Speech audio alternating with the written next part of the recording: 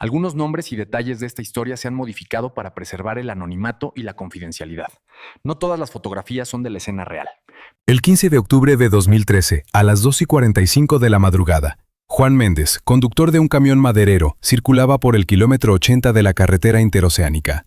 No llovía en esta región del Amazonas, sino que caía en una sólida pared, convirtiendo la carretera en un arroyo fangoso. La visibilidad era casi nula, pues los faros del camión apenas dejaban ver unos metros de asfalto mojado y la pared de selva colgaba por encima a ambos lados. Juan estaba pensando en detenerse y esperar a que pasara el chaparrón, cuando notó movimiento a su derecha. Al principio pensó que era un animal salvaje, un jaguar o un tapir, que a menudo eran abatidos en este tramo de carretera. Pero cuando se acercó y frenó en seco, los faros captaron una figura humana. Era una criatura que solo se parecía vagamente a un ser humano. El hombre estaba arrodillado en el barro, a un lado de la carretera, meciéndose con el viento. Estaba completamente desnudo, salvo por una capa de barro que cubría su cuerpo como una segunda piel. Las costillas le sobresalían tanto que parecían a punto de atravesar su piel fina y ulcerada. Tenía el pelo enmarañado y la barba le llegaba al pecho. Juan, que llevaba más de una década trabajando en esta pista y lo había visto todo, sintió que un sudor frío le recorría la espalda. Agarró el eje basculante y salió cautelosamente de la cabina. ¿Necesitas ayuda?, gritó por encima del ruido del aguacero. La criatura levantó lentamente la cabeza.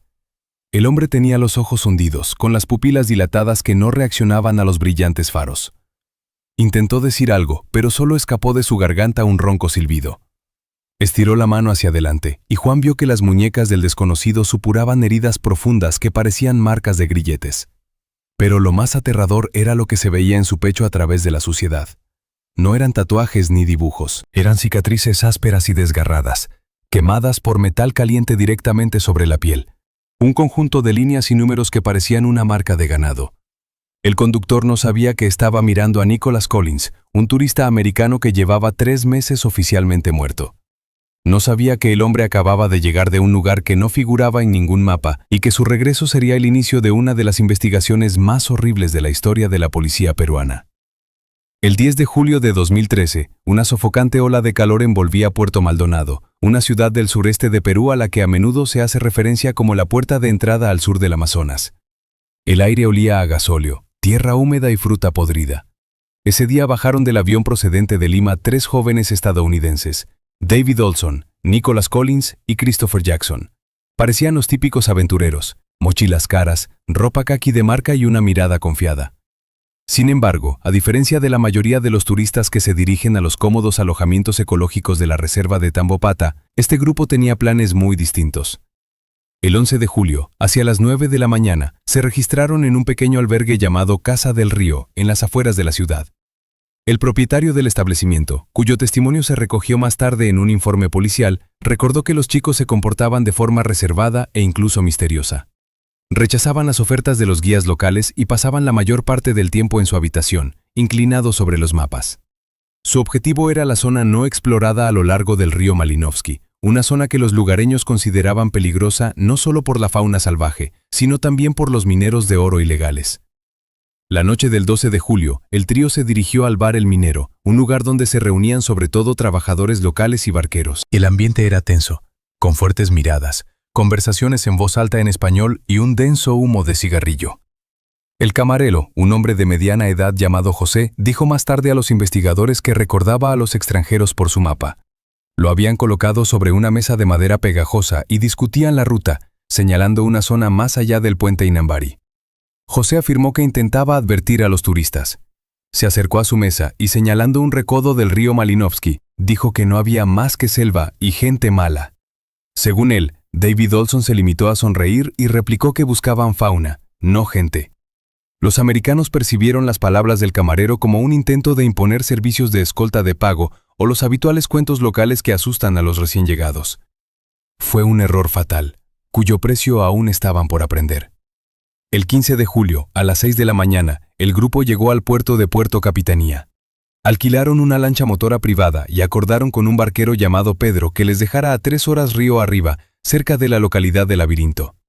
Pedro, que fue la última persona que los vio en la civilización, dijo a la policía que los chicos estaban muy animados. Llevaban comida liofilizada para 10 días, un sistema de purificación de agua, un teléfono por satélite y equipo fotográfico profesional. El desembarco tuvo lugar hacia las 10 de la mañana en una playa de arena sin nombre. El acuerdo era claro. El barquero tenía que volver al mismo lugar el 25 de julio a mediodía. Si el grupo no estaba allí, debía esperar 2 horas e informar a las autoridades. Los estadounidenses se colgaron las mochilas al hombro y desaparecieron en el denso muro de matorrales verdes, dirigiéndose a un afluente para acampar en completo aislamiento. El 25 de julio, Pedro esperó en la orilla hasta las 4 de la tarde. Nadie salió del bosque.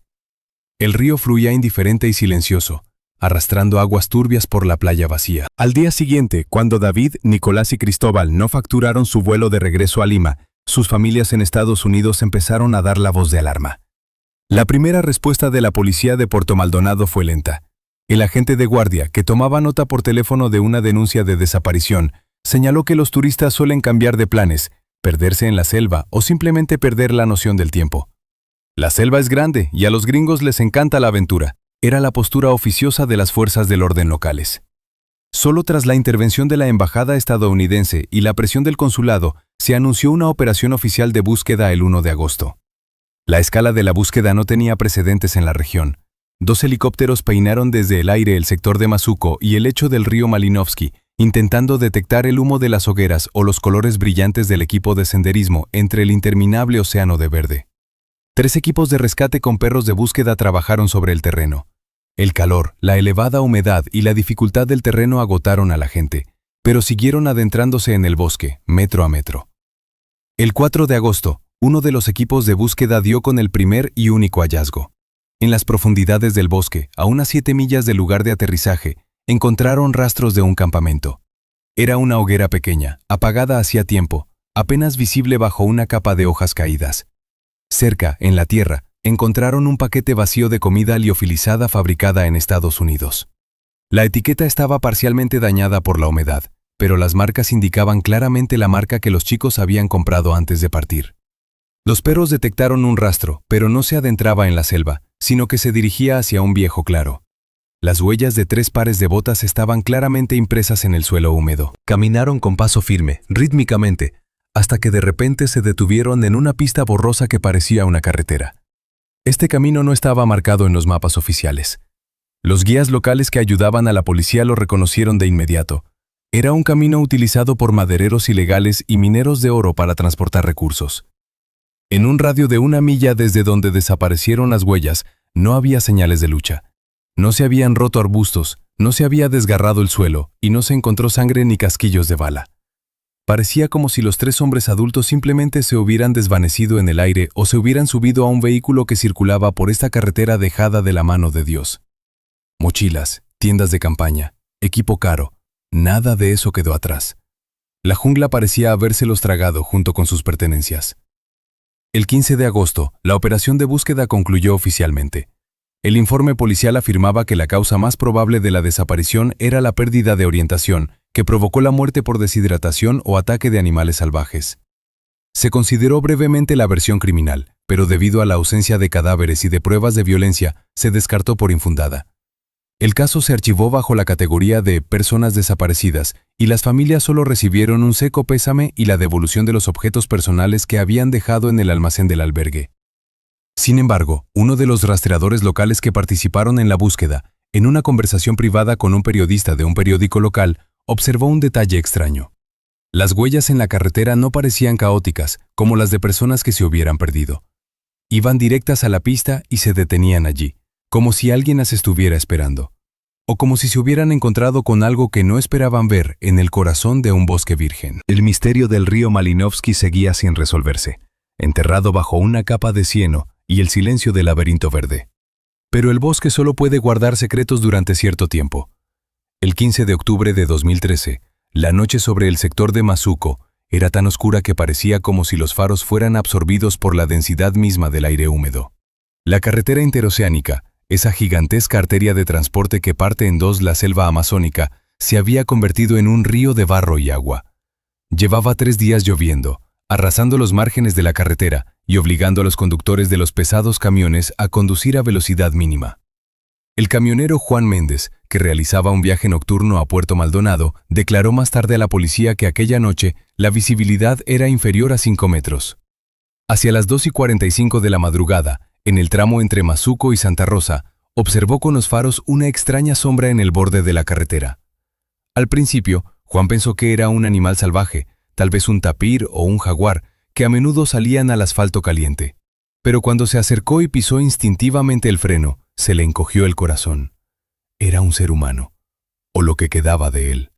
En medio de un aguacero, un hombre caminaba meciéndose con el viento. Estaba completamente desnudo. Su cuerpo parecía un libro de texto anatómico. Su piel estaba tan ceñida alrededor de sus huesos que se podía contar cada costilla. Se movía mecánicamente, apenas movía las piernas, que estaban cubiertas de llagas y profundos arañazos. Juan detuvo el camión y saltó a la lluvia con una linterna. Cuando el haz de luz cayó sobre el rostro del viajero, el conductor retrocedió. Era el rostro de un muerto viviente. Ojos hundidos, pelo enmarañado que colgaba en mechones sucios y piel terrosa, moteada de marcas de picaduras de insectos que ya habían empezado a supurar. El desconocido no respondió a los gritos. Se limitó a mirar a través de Juan con mirada vidriosa y tembló ligeramente. Era Nicholas Collins, uno de los 3 estadounidenses desaparecidos en la selva hacía 3 meses. El conductor avisó inmediatamente por radio a la patrulla. A Nicholas, que se encontraba en un estado de profundo shock y era incapaz de pronunciar palabra, lo llevaron rápidamente al hospital más cercano, en la ciudad de Santa Rosa. El médico de guardia examinó al paciente y observó deshidratación crítica, emaciación de 4º grado y múltiples lesiones cutáneas infecciosas. Su peso era inferior a 45 kilos. Había perdido casi la mitad de su peso corporal. Al darse cuenta de que la clínica local no disponía del equipo necesario para salvar a un paciente tan grave, se decidió trasladarlo inmediatamente a Lima. En el hospital de la capital, bajo la brillante luz de las lámparas de quirófano, los médicos se encontraron con algo que les obligó a llamar a la policía antes de que terminara el examen inicial. Mientras las enfermeras lavaban una capa de suciedad del cuerpo de Nicolás, aparecieron unas marcas horribles en su pecho y estómago. Al principio, la prensa, que ya se había enterado del milagroso regreso del gringo desaparecido, dio la versión de que se trataba de signos rituales de las tribus locales, pero los expertos forenses refutaron rápidamente esta suposición. No se trataba de tatuajes pulcros ni de cicatrices rituales. Eran quemaduras causadas por metal caliente y un cuchillo áspero. En el pecho, justo a la izquierda del corazón, se leía claramente la combinación el 14, quemada en líneas curvas y profundas. Debajo, en el estómago, había grabada una cruz grande y desigual y una serie de muescas caóticas que parecían el recuento de días o deudas.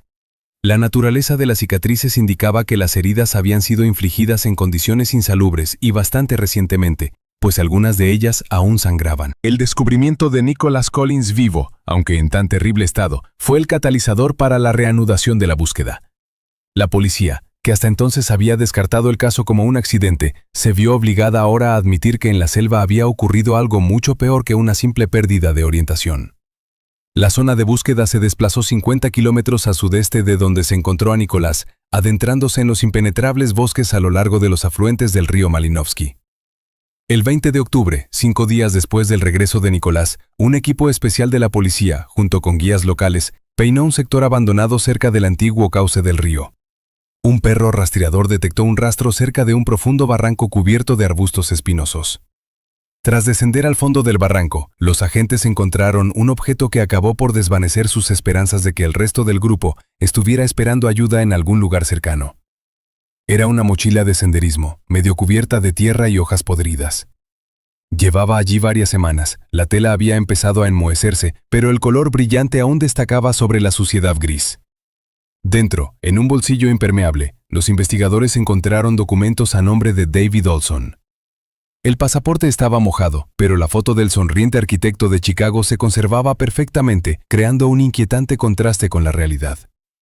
Junto a los documentos había una cámara profesional. Tenía el cuerpo destrozado y el objetivo arrancado, como si alguien hubiera golpeado el equipo con fuerza contra una roca o un árbol.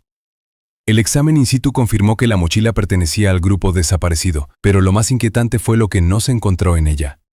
Faltaban todos los objetos de valor que podrían haberles ayudado a sobrevivir. Un cuchillo, un mechero, un botiquín de primeros auxilios. Solo quedaban papeles personales y material roto, cosas que no tenían valor para nadie.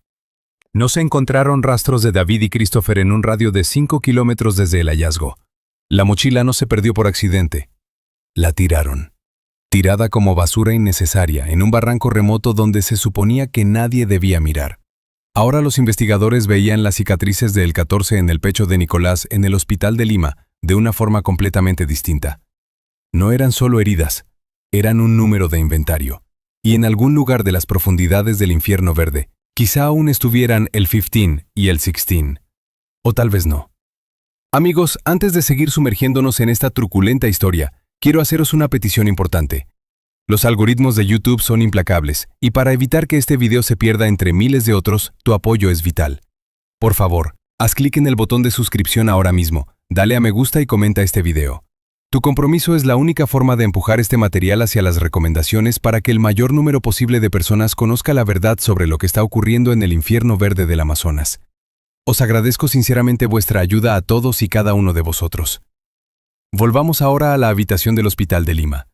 Los últimos días de octubre de 2013 en el Hospital Nacional Arzobispo Loaiza de Lima estuvieron marcados por un silencio opresivo y algodonoso. La unidad de cuidados intensivos número 307 era el epicentro del dolor, no solo para el paciente, sino también para quienes estaban de guardia en el pasillo tras el cristal esmerilado. Nicholas Collins, el único que regresó de la selva, empezó a recuperarse físicamente. Los goteos de glucosa y los potentes antibióticos hicieron su trabajo. La inflamación de su piel desapareció gradualmente y su peso empezó a recuperarse poco a poco, gramo a gramo. Sin embargo, su mente seguía encerrada en una fortaleza impenetrable de silencio. El médico que lo atendió, el doctor Eduardo Castillo, en su informe a la policía y a los familiares, le diagnosticó fuga disociativa aguda. Se trataba de un mecanismo de defensa de la psique que se negaba a aceptar la realidad tras el horror que había vivido. Durante horas, Nicolás clavó la mirada en un punto de la pared blanca, sin responder a los movimientos de las enfermeras, al ruido de los aparatos, ni a la luz de las linternas utilizadas para comprobar la respuesta de sus pupilas. Estaba allí, en la sala, pero al mismo tiempo no estaba. Para los padres de David Olson y Christopher Jackson, que iban en el primer vuelo desde Estados Unidos, este silencio era peor que una sentencia de muerte. Pasaban los días ante la puerta de la sala, turnándose. La madre de David, Sarah Olson, intentó varias veces abrirse paso hasta la cabecera de Nicholas. Los testigos, el personal médico de la sala, la recordaban arrodillada junto a la cama del niño, agarrando su mano delgada y llena de cicatrices y suplicando al menos una señal. «¿Dónde está mi hijo, Nick? Asiente con la cabeza si está vivo», repitió, pero lo único que obtuvo a cambio fue una mirada perdida, dirigida a la nada. Nicholas no reconoció a nadie. Mientras tanto, la investigación llegó a un callejón sin salida. El hallazgo de la mochila confirmó el hecho del crimen, pero no respondió a la pregunta de quién estaba detrás del secuestro. La clave de la solución estaba literalmente quemada en el cuerpo del superviviente, pero los detectives locales no pudieron descifrar el significado de las marcas. Entonces, a petición del Departamento de Investigación, se invitó al hospital al doctor Ricardo Vega, destacado antropólogo y experto en simbología criminal, especializado en las subculturas de Lampa sudamericana. La revisión tuvo lugar el 23 de octubre a puerta cerrada. El doctor Vega pasó más de 2 horas fotografiando y estudiando cada milímetro de cicatrices en el pecho y el abdomen de Nicolás, utilizando una iluminación especial. Cuando se presentó ante los investigadores y los familiares, su rostro era sombrío. Rechazó de inmediato la versión de los salvajes rituales tribales que tanto habían difundido los periódicos locales. Según la conclusión del experto, los símbolos el 14 y la cruz torcida eran las llamadas marcas contables. Vega explicó que esta práctica de marcar a las personas es utilizada a veces por los cárteles más violentos que controlan las zonas de extracción ilegal de oro en la región de La Pampa. El significaba lote, un sector o barracón, y el número indicaba el número de serie de la unidad de trabajo. Era una marca de propiedad, la marca de un esclavo. El experto señaló que esas marcas se aplicaban a quienes eran enviados a los trabajos más sucios, a los pozos de mercurio, de los que normalmente no se regresaba con vida. Esta información lo cambió todo. Ahora la policía sabía que no solo buscaba turistas perdidos, sino prisioneros de una de las estructuras mafiosas más peligrosas del continente. Pero la zona de minería ilegal abarcaba miles de hectáreas de bosques impenetrables. Necesitaban datos concretos. Necesitaban la voz de Nicolás. El 25 de octubre, el psiquiatra del hospital decidió dar un paso arriesgado. Sugirió probar la táctica del shock emocional. Solo se permitió entrar en la sala a un investigador. Se sentó en una silla frente a la cama de Nicolás y sacó una gran fotografía impresa de una carpeta. Era una foto tomada en el aeropuerto de Lima el día anterior al vuelo a Puerto Maldonado. En la foto, los tres amigos, David, Cristóbal y Nicolás, estaban abrazados, bronceados y felices, con los pulgares hacia arriba. «Míralos, Nicolás», dijo en voz baja pero con firmeza. «Ellos no están aquí. Solo tú estás aquí. ¿Dónde están?» Durante varios minutos, la habitación permaneció en silencio, solo interrumpido por el rítmico pitido del monitor cardíaco. Entonces, las lecturas en la pantalla de los aparatos empezaron a aumentar de repente. El ritmo cardíaco de Nicolás se aceleró. Su pecho empezó a elevarse con más frecuencia. Su respiración se volvió intermitente, como un resuello. Sus ojos, que llevaban semanas mirando fijamente a la nada, se centraron de repente en los rostros de sus amigos sobre el papel. Las lágrimas rodaron por las comisuras de sus ojos, dejando huellas húmedas en sus mejillas sin afeitar. Sus labios, agrietados y secos, empezaron a moverse, intentando formar sonidos que había olvidado cómo hacer. Sonaba como el rechinar de un metal oxidado. El investigador se inclinó más cerca, casi tocando los labios del chico con la oreja. Nicolás respiró profunda y convulsivamente. Todo su cuerpo se estremeció con un espasmo y exhaló una frase que dejó helado al investigador. La voz era tranquila, entrecortada, pero cada palabra cortaba el silencio de la habitación como un martillazo. Nos hicieron lavar el suelo. Esta frase no solo rompió el silencio, se convirtió en la llave que abrió la puerta del infierno, cuya existencia todos sabían que existía pero temían decir en voz alta. Ahora los investigadores no solo sabían quién, sino también qué hacían a los prisioneros. Y este conocimiento era más aterrador que cualquier incógnita. Para comprender cómo tres jóvenes llenos de energía se convirtieron en mercancías humanas privadas de derechos, tenemos que remontarnos al día en que la selva se despojó de su máscara verde y mostró su verdadero rostro depredador. Sucedió el 20 de julio de 2013. Según el testimonio de Nicholas Collins, recogido en los informes de los interrogatorios posteriores a su regreso, para entonces su expedición ya había empezado a desmoronarse. 5 días en el infierno verde les habían agotado mucho más de lo que esperaban.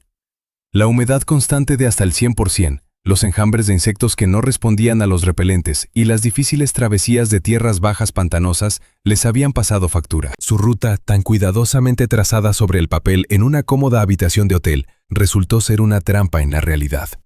El navegador por satélite funcionaba de forma intermitente debido a la densa cubierta arbórea, y el grupo se desvió varios kilómetros hacia el este, adentrándose en la llamada zona gris que los lugareños evitaban. Hacia las 2 de la tarde, llegaron a un lugar que parecía un salvavidas. El bosque se separó de repente y se abrió ante ellos un amplio claro. No era ni un sendero para animales ni una ruta turística, era una franja áspera y excavada de arcilla roja que marcaba la selva. El camino era lo bastante ancho para que pasaran camiones. Nicolás recordó que su primera reacción fue de euforia. La carretera significaba gente. Gente significaba ayuda, comida caliente y posiblemente transporte a la civilización. No sabían que esta carretera no figuraba en ningún mapa oficial de Perú, porque existía únicamente para servir al tenebroso imperio de la Pampa. Los chicos decidieron hacer un descanso junto a la carretera, dejando caer sus pesadas mochilas. Sacaron botellas de agua y empezaron a bromear sobre cómo contarían a sus amigos su heroica huida a la civilización. Esta ilusión de seguridad duró menos de 40 minutos. El silencio de la selva se vio roto por el creciente zumbido de potentes motores diésel. 2 camionetas, sucias todoterreno con cristales tintados y parachoques reforzados, salieron volando por una curva, levantando nubes de polvo rojo. David Olson, como líder oficioso del grupo, salió al medio de la carretera, levantando los brazos y saludando para llamar la atención. Pensó que eran forestales o tal vez geólogos. Los coches frenaron bruscamente a 3 metros de distancia, casi haciendo perder el equilibrio a David. Las puertas se abrieron y la gente salió a la carretera. No eran rescatadores. Eran 6, vestidos con camuflaje variado, camisetas con logotipos de clubes de fútbol y vaqueros sucios. Parecían bandidos corrientes, salvo por un detalle. Cada uno de ellos llevaba un arma automática. Era una patrulla del sindicato, un brutal grupo paramilitar que controlaba las minas de oro ilegales de la región. Para ellos, cualquier forastero en la carretera era una amenaza. Todo ocurrió al instante, sin más. No hubo ni una sola pregunta a quién eres o qué haces aquí. Los militantes actuaron como un mecanismo de acoso bien coordinado. 2 de ellos corrieron hacia David y lo tiraron al suelo de una patada en el estómago. Nicholas y Christopher, que intentaron correr en ayuda de su amigo, fueron detenidos por el chasquido de las ametralladoras que les apuntaban a la cara. Les obligaron a tumbarse boca abajo en el polvo caliente con las manos detrás de la cabeza. Uno de los militantes, un hombre corpulento con un pañuelo en la cara, empezó a sacudir el contenido de sus mochilas sobre la carretera. Cuando las cámaras DSLR profesionales con teleobjetivos y un teléfono por satélite cayeron al suelo, el ambiente pasó de meramente hostil a mortal. «¿Ecologistas?», ladró el jefe de la patrulla, apuntando con su arma al objetivo de la cámara. Para los hombres del sindicato, un hombre con una cámara era peor que un policía. Las fotos de bosques deforestados y ríos envenenados podían atraer la atención de organizaciones internacionales y del gobierno, amenazando su negocio multimillonario. Decidieron que los estadounidenses eran espías que filmaban trapos sucios. David, escupiendo barro, intentó rectificar la situación. Cometió un error fatal al intentar aplicar la lógica del mundo civilizado, donde impera la ley de la selva. Intentó ponerse de rodillas. «No, no, no, periodistas no, turistas», gritó en un español roto. «Pagaremos, tenemos dinero, dólares, os daremos $1000, solo dejadnos marchar». Se llevó la mano al bolsillo del pantalón corto donde guardaba la cartera. Este gesto fue el detonante. El militante que estaba a su lado no esperó a que David sacara el dinero. Se giró y golpeó al americano en la cara con la culata de su fusil de asalto. El sonido del golpe fue sordo y húmedo, seguido de un crujido repugnante. La mandíbula de David se hizo añicos de un solo golpe. Cayó de espaldas, ahogándose en sangre y con un grito que se convirtió en un gorgoteo. Nicolás recordó que en aquel momento el tiempo pareció detenerse. Vio cómo los ojos de Christopher se abrían de horror, cómo la sangre de su amigo empapaba la arcilla roja y seca del camino. Nada de misticismo, nada de antiguas maldiciones. Solo frío acero, fuerza bruta y el olor a tabaco barato de los captores. No les escucharon ni les robaron en el acto. Se limitaron a tirarles de las manos a la espalda con unas ataduras de plástico de construcción tan apretadas que el plástico cortaba el hueso, cortando la circulación sanguínea. Les taparon la cabeza con sacos de algún tipo de producto químico que olía insoportablemente a amoníaco y polvo. Luego los arrojaron como sacos de patatas a la parte trasera de una camioneta. David, que ya estaba perdiendo el conocimiento por el doloroso shock, estaba tumbado junto a Nicholas. Christopher lloraba suavemente, el único sonido humano en aquella pesadilla. Los coches se alejaron, aumentando la velocidad. El temblor en la parte trasera era insoportable. A cada bache le seguía un dolor en los miembros atados. No iban a la comisaría ni a la ciudad. Viajaban al corazón de la pampa, a un lugar donde la vida humana valía menos que un gramo de arena dorada.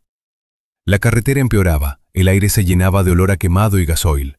Nicolás podía sentir cómo la oscuridad se acumulaba a través de la tela del saco. No sabía que aquella carretera les conducía a un lugar que oficialmente no existía y que para uno de ellos, aquella patada en el culo, era el principio de una muerte lenta y agónica.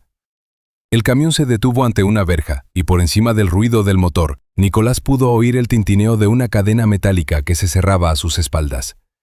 Cuando las rudas manos de los militantes arrancaron por fin las bolsas de las cabezas de los estadounidenses, lo primero que golpeó sus sentidos no fue la vista, sino el sonido. Era un zumbido insoportable y monótono que hacía vibrar el mismísimo suelo. Decenas de motores diésel, bombas y generadores rugían al unísono, ahogando los gritos de los pájaros y el sonido del viento. Era una sinfonía industrial de muerte en medio de la selva virgen. Nicholas Collins describió más tarde este lugar como una cicatriz en la faz del planeta. La zona a la que les llevaron no estaba marcada en ningún mapa del mundo. No tenía nombre oficial, pero entre los esclavos y los capataces lo llamaban Agua Negra.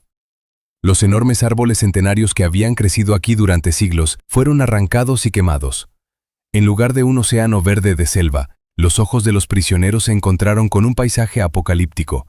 Cráteres gigantes llenos de líquido sucio y venenoso, montañas de roca estéril y esqueletos oxidados de maquinaria. El aire era espeso y aceitoso. Olía a gasóleo, a plástico quemado y a algo dulcemente metálico, el olor del mercurio utilizado para amalgamar el oro. Este olor impregnó sus ropas, piel y pulmones en cuestión de minutos. Empujaron bruscamente a los 3 amigos fuera de la parte trasera de la camioneta y los metieron en el barro. No les dieron tiempo a adaptarse ni a descansar. Los separaron casi instantáneamente. A David, que aún sangraba por la mandíbula rota, lo arrastraron hasta el barracón más alejado, cubierto de polietileno negro. A Christopher y Nicholas los empujaron hasta el borde de la cantera más cercana, donde ya trabajaban docenas de personas, agotadas, sucias y con aspecto de fantasmas. Una jornada laboral en el campo de Aguas Negras duraba 18 horas. No era solo esclavitud, era un lento asesinato. La tarea de los recién llegados consistía en meterse hasta la cintura en el líquido fangoso, dirigiendo una manguera de alta presión hacia la pared de la cantera, lavando la tierra. El agua de estas fosas era un cóctel tóxico de gasolina, aceite de motor, heces y mercurio. En 2 días, la piel de los pies empezó a cubrirse de úlceras que no se curaban. Las uñas se desprendían, y cualquier arañazo supuraba al instante en el húmedo clima tropical. Los guardias, llamados vigilantes, vigilaban cada movimiento. Estaban en plataformas elevadas, bebiendo cerveza perezosamente, con las ametralladoras desenfundadas. Cualquier interrupción del trabajo se castigaba con un golpe en la culata del fusil o la privación de la ración vespertina, un cuenco de sopa líquida de arroz con piedras. Nicolás recordaba que lo peor no era el agotamiento físico, sino la pérdida total del sentido del tiempo y de la realidad. Los días se fundían en una pesadilla interminable, donde solo había barro, el rugido de los motores y dolor. El punto de inflexión llegó un mes después, a mediados de agosto. La psique de Christopher Jackson empezó a resquebrajarse. Él, que siempre había sido el alma de la fiesta y un optimista, ahora murmuraba para sí mismo y se estremecía ante cualquier sonido agudo. Aquella noche, cuando terminaba el turno y los prisioneros eran conducidos a sus barracones, ocurrió un hecho que cambió su situación para siempre. Uno de los guardias dejó su radio portátil sobre una caja de herramientas cerca de la entrada a la zona de recreo. Se distrajo encendiendo un cigarrillo. Christopher vio el aparato de plástico negro y actuó instintivamente, por pura desesperación. Corrió hacia la caja, cogió la radio e intentó esconderla bajo su camiseta sucia. Le temblaban tanto las manos que no podía sujetar el aparato.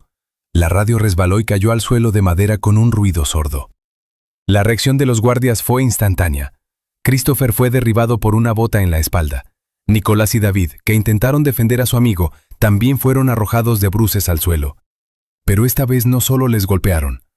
El alcaide que cogió la radio sonrió siniestramente y gritó algo al aire. 10 minutos más tarde, un hombre entró en el lugar y su presencia silenció incluso los motores diésel. Era el jefe de este sector del campo. Nadie sabía su verdadero nombre, pero todos le llamaban el carnicero. Era un gigante con la cabeza rapada y tatuajes que le cubrían el cuello y los brazos. Se acercó al tembloroso Christopher, lo levantó por el pelo y lo miró a los ojos. ¿Querías contactar con casa, gringo?, preguntó en voz baja. Su voz sonaba más aterradora que un grito. ¿Crees que aún eres humano? Te equivocas. Eres una herramienta. Y las herramientas necesitan ser inventariadas. El carnicero ordenó a sus hombres que encendieran un fuego en el barril de hierro. Sacó un largo cuchillo de caza de su cinturón y un trozo de barra de refuerzo cuyo extremo clavó en las brasas. Ataron a los americanos a los pilares del cobertizo para que pudieran verse. «Pertenecéis al sector 3», dijo el carnicero cuando el metal estuvo al rojo vivo, «y me aseguraré de que nunca lo olvidéis, y de que nadie más se atreva a apropiarse de mi propiedad». El procedimiento de marcado duró una eternidad. Christopher fue el primero en ser marcado. Su grito, lleno de dolor inhumano, rasgó el silencio nocturno, abrumando incluso el ruido de los generadores. El olor a cuero y carne quemados golpeó las fosas nasales de Nicolás, desencadenando un reflejo nauseoso.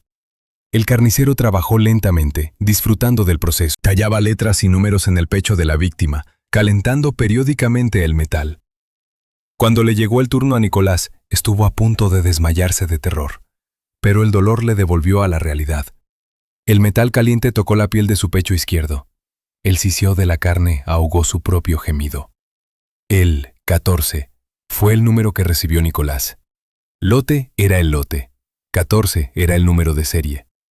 Entonces el carnicero cogió un cuchillo y le grabó una cruz en el estómago con movimientos bruscos, rociando la herida fresca con pólvora para que la cicatriz permaneciera para siempre. «Ahora formáis parte del Agua Negra», dijo el carnicero, limpiándose las manos en un paño. «Vuestros nombres siguen ahí, al otro lado del río. Aquí sois números. Aquella noche, mientras yacía en el suelo húmedo del barracón, ardiendo de fiebre y dolor por las quemaduras, Nicolás se dio cuenta de la verdad más terrible. El dolor físico no era nada comparado con la comprensión de que ya no se les consideraba seres humanos. Se habían convertido en propiedad, en ganado, marcados para no ser confundidos. Y mientras miraba las vendas ensangrentadas del pecho de David, vio en sus ojos lo que más temía, el desvanecimiento de un destello de esperanza. A principios de septiembre de 2013, la atmósfera del campo de Aguas Negras cambió. Si antes los prisioneros vivían con la esperanza de que sus familias hicieran ruido y los encontraran, tras el procedimiento de marcación, esta esperanza se desvaneció como el último carbón de un fuego. Se acercaba la estación de las lluvias y la humedad se hizo insoportable. Las heridas no cicatrizaban, la ropa se pudría sobre el cuerpo y los vapores de mercurio que salían de las canteras se hacían más espesos, depositándose sobre la piel en una capa grasienta y venenosa. Fue en ese momento, según el testimonio de Nicholas Collins, cuando comenzó el acto final de la tragedia para David Olson. David, que sufrió una fractura de mandíbula el día de su secuestro, fue quien más sufrió. Debido a la falta de atención médica, los huesos no se fusionaron correctamente, convirtiendo su cara en una dolorosa máscara. Solo podía comer alimentos líquidos que apenas había en el campo, pero no fue la lesión lo que le mató. 6 semanas después de llegar al campo, alrededor del 15 de septiembre, David empezó a tener fiebre alta. Nicolás recordaba cómo por la noche el cuerpo de su amigo ardía tan intensamente que era imposible tocarlo. David deliraba, llamaba a su madre e intentaba correr a alguna parte, aunque sus piernas se negaban a soportar el peso de su cuerpo. Sus síntomas eran espantosos: convulsiones, tos sanguinolenta y temblor de miembros, típicos de la intoxicación por vapor de mercurio, superpuestos a una forma grave de paludismo tropical. El 17 de septiembre, Nicolás decidió dar un paso desesperado. Cuando el alcaide, un hombre apodado Escorpión, vino a comprobar el barracón, Nicolás cayó de rodillas ante él. Le suplicó que le diera al menos una aspirina o quinina, que todos los esclavos sabían que estaba en el botiquín de los guardias. ¡Se está muriendo!, gritó Nicolás agarrando al capataz por las botas sucias. «Si no le atiendes, perderás a un trabajador». Escorpio lo apartó de un puntapié, disgustado. Se acercó al catre donde David resollaba en estado semi-inconsciente y le pinchó con la boca de su pistola. «A los caballos que se rompen las patas se les dispara», dijo el alcaide con indiferencia. «Las medicinas cuestan dinero, y este trozo de carne no vale nada. Que muera tranquilamente o le ayudaré a ir más deprisa». David Olson murió larga y dolorosamente. Ocurrió la noche del 20 de septiembre. La lluvia golpeaba con fuerza el polietileno negro agujereado que servía de techo al barracón. Nicolás estaba sentado a su lado, sosteniendo la cabeza de su amigo en el regazo. Durante las últimas horas, David había estado consciente, pero era incapaz de hablar. Las lágrimas brotaban de sus ojos, mezclándose con el sudor y la suciedad. Agarró la mano de Nicolás con tanta fuerza que sus nudillos se volvieron blancos, como si intentara aferrarse a la vida que se le escapaba. Hacia las 3 de la madrugada, su agarre se aflojó. David respiró por última vez, convulsivamente, y se quedó inmóvil. Sus ojos permanecieron abiertos, fijos en la oscuridad del techo que nunca había podido abandonar. Nicolás se los cubrió con la palma sucia de la mano, y por primera vez en mucho tiempo, no lloró. Ya no había lágrimas, solo había un vacío frío y negro. Por la mañana, cuando sonó la orden de formar, Nicolás informó a los guardias de su muerte. La reacción fue tan mundana que le impactó más que la propia muerte. 2 militantes entraron en el barracón, cogieron el cuerpo de David por los brazos y las piernas y lo arrastraron fuera como un saco de basura. Lo arrojaron a una oxidada carretilla de construcción utilizada para transportar rocas. Nicolás intentó seguirlos, para ver al menos dónde enterrarían a su amigo, pero un golpe en la espalda con la culata de un fusil lo derribó. «¡Trabaja!», ladró el capataz. «¡O te irás con él!». Más tarde, Nicolás supo por otros esclavos que el cuerpo de David no estaba enterrado. Simplemente lo habían llevado a las afueras del campo, a una vieja fosa inundada que se utilizaba como vertedero, y habían usado una carretilla para volcarlo. David Olson, arquitecto de talento, hijo amado y amigo leal, desapareció en el agua negra y tóxica sin ni siquiera un momento de silencio para despedirse. Sin embargo, la muerte de David fue solo el primer golpe. El segundo, y quizá aún más devastador, fue la transformación de Christopher Jackson. Tras la muerte de David, algo se rompió en Christopher. No era solo miedo, era una deconstrucción completa de su personalidad. Dejó de hablar con Nicolás de su hogar, de su familia, de sus planes de venganza.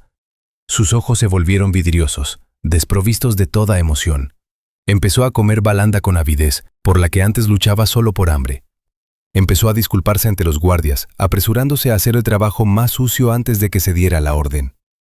Nicolás trató de justificar esto como un sobresalto, una estrategia de supervivencia, un intento de adormecer la vigilancia del enemigo. Pero la verdad era peor. Cristóbal se había derrumbado. Su voluntad fue aplastada por la presión de la violencia y el miedo. Aceptó su destino como esclavo. Creía que su vida pertenecía ahora al carnicero, y que la única forma de sobrevivir era convertirse en el engranaje perfecto de esta máquina de muerte.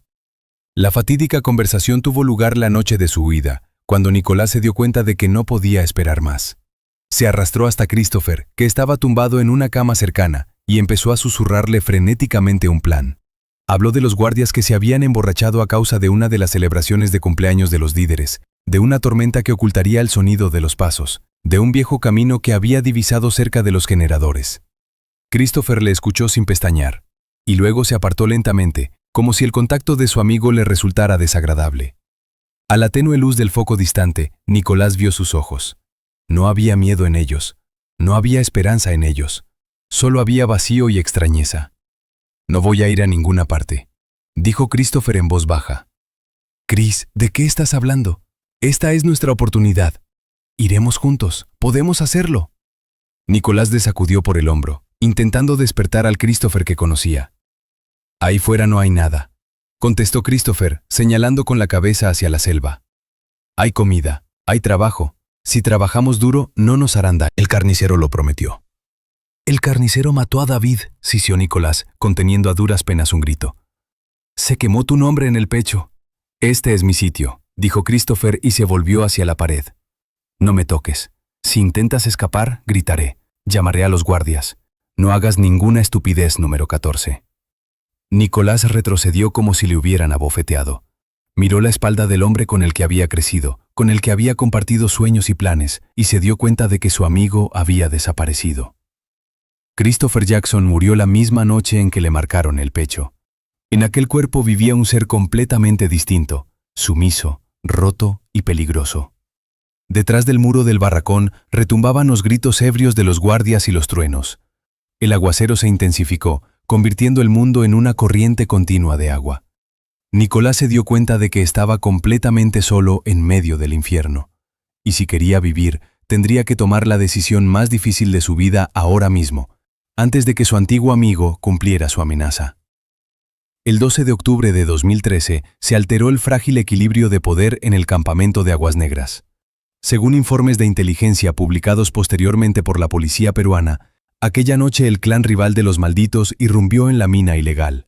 La redistribución de las esferas de influencia en la región de La Pampa alcanzó su punto crítico. Hacia las 9 de la noche, cuando un aguacero tropical convertía el campamento en un pantano fangoso, los primeros disparos rompieron el ruido de los generadores. No fue un combate breve.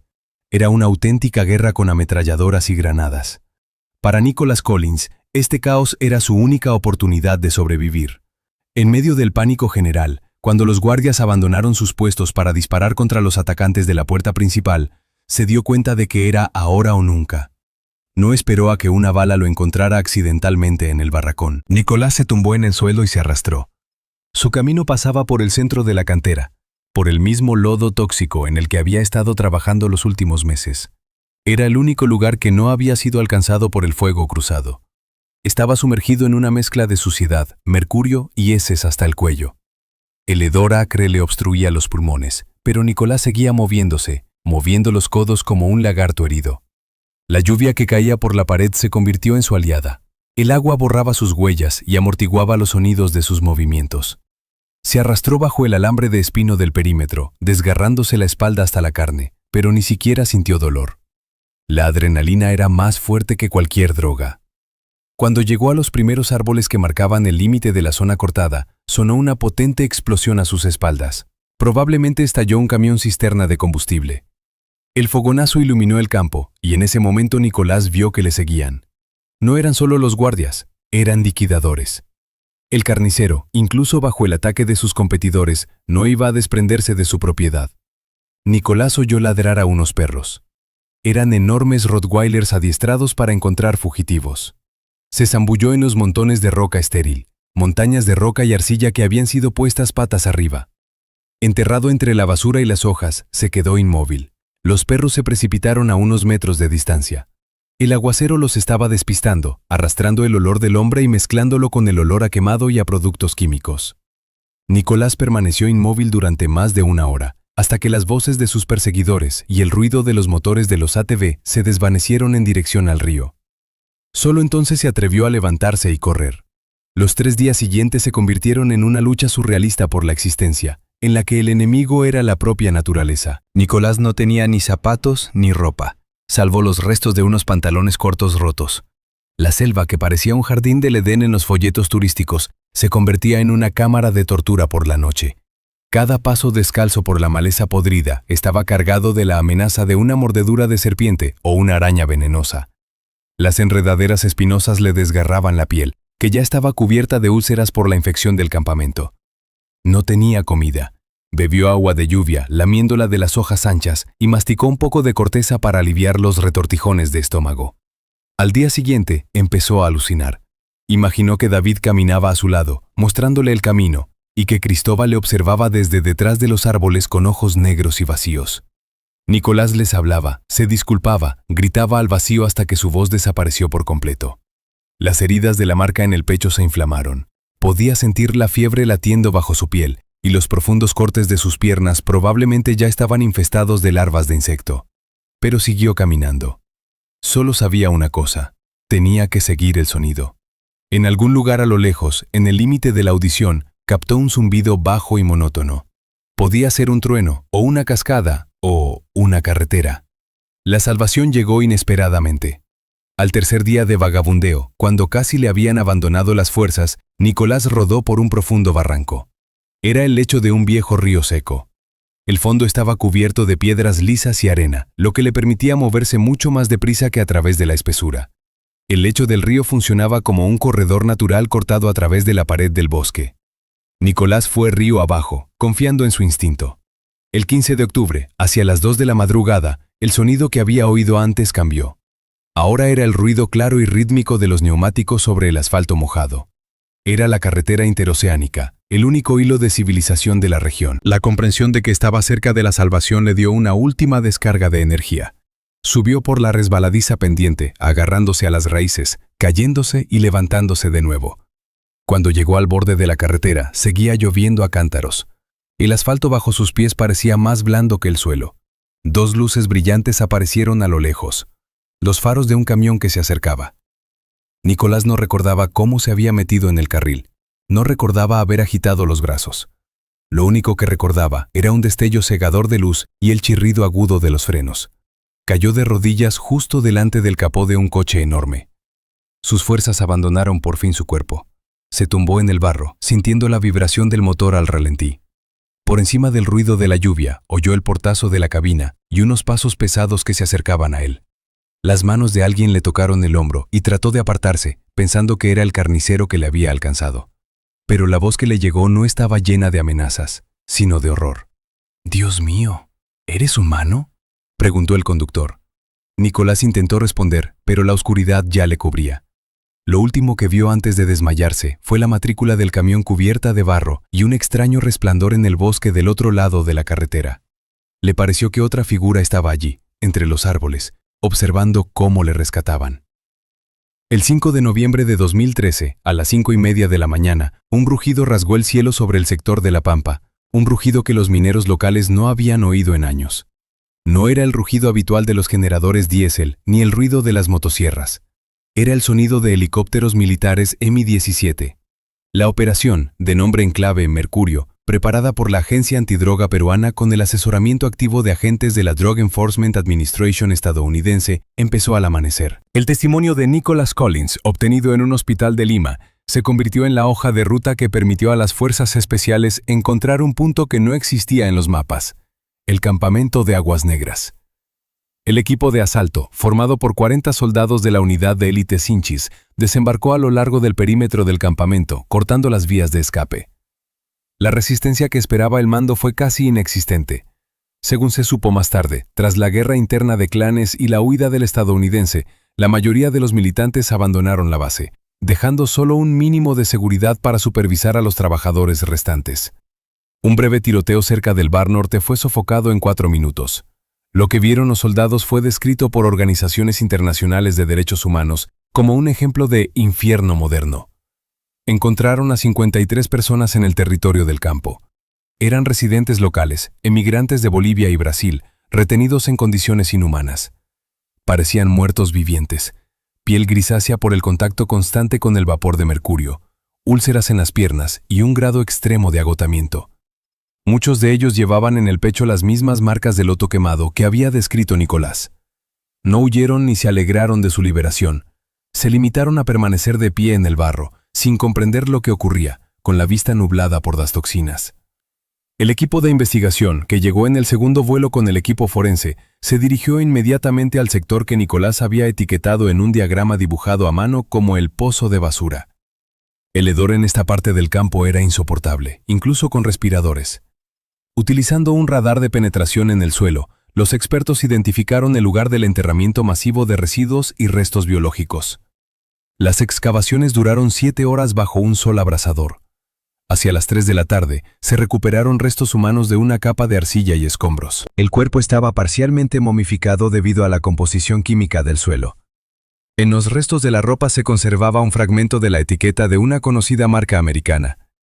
Pero la prueba principal era la mandíbula. Un dentista experto que se encontraba en el lugar confirmó la presencia de una placa metálica específica y los restos de una fractura mal curada que había denunciado un testigo. Se trataba de David Olson. El cuerpo del arquitecto de Chicago que soñaba con ver la naturaleza salvaje se encontró por fin entre las toneladas de tierra tóxica. Sin embargo, la pregunta principal seguía sin respuesta. ¿Dónde estaba Christopher Jackson? No estaba en ninguno de los barracones ni en las zonas de trabajo. Los investigadores empezaron a interrogar in situ a los guardias capturados.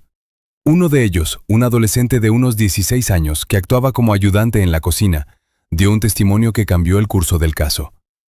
Según él, la noche del motín, cuando Nicolás consiguió escapar por la cantera, el jefe del grupo, apodado el Carnicero, se dio cuenta de que el campamento estaba quemado. Ordenó el cierre inmediato. Sin embargo, en vez de matar a todos los testigos, decidió llevarse consigo al activo más valioso, los esclavos fuertes que ya habían sufrido un proceso de desintegración psicológica y estaban dispuestos a trabajar por comida. El testigo afirmó que el carnicero seleccionó personalmente a 12 hombres, incluido el gringo de los ojos vacíos, nombre con el que llamaban a Christopher en el campo tras la muerte de David. El grupo fue cargado en camiones y llevado antes del amanecer. El camino conducía al sudeste, hacia la inaccesible frontera con Bolivia, a la región de Madre de Dios, donde la selva es tan densa que podría ocultarse allí un ejército. A Cristóbal no lo mataron. Se lo llevaron como una herramienta que aún podía ser rentable. Nicholas Collins regresó a Estados Unidos en diciembre de 2013. Su rehabilitación física duró 6 meses. Los médicos combatieron los efectos de las infecciones tropicales y eliminaron los metales pesados de su cuerpo. Pero las cicatrices psicológicas eran más profundas que las dejadas por el metal caliente en su pecho. Concedió pocas entrevistas, evitó la publicidad y vivió recluido en casa de sus padres, en los suburbios de Chicago. Un año después de su regreso, en el aniversario de su desembarco en Perú, Nicolás visitó un salón de tatuajes. Pidió al tatuador que no tapara las horribles cicatrices del 14 y la cruz de su estómago, sino que las cubriera. Sobre la marca del esclavo, se tatuó un dibujo grande y claro, las coordenadas geográficas, 12 grados, 30 minutos latitud sur, 69 grados longitud oeste.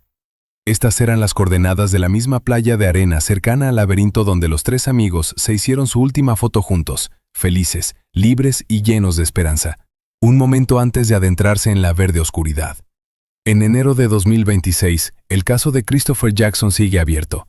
Interpol tiene una ficha roja a su nombre, y el Departamento de Estado actualiza periódicamente las solicitudes a los gobiernos de Perú y Bolivia. Está oficialmente desaparecido, presuntamente muerto. Los padres de Christopher han instalado una lápida vacía junto a la tumba de David Olson para tener un lugar donde llevar flores. Pero Nicolás sabe otra cosa. Todas las noches, cuando se despierta con sus propios gritos, tiene el mismo sueño. Christopher de pie con el agua hasta la cintura en algún lugar de la selva boliviana. Tiene la mirada perdida, sus manos rascan mecánicamente la roca y la cicatriz de su pecho, bajo la capa de barro, es blanca, lo que le convierte para siempre en propiedad del carnicero. Nicolás está seguro de que su amigo está vivo. Respira, trabaja y espera. No la salvación, sino la muerte, que es la única forma de liberarle de la marca con un número en el pecho. El infierno verde sabe esperar y nunca suelta del todo a sus víctimas.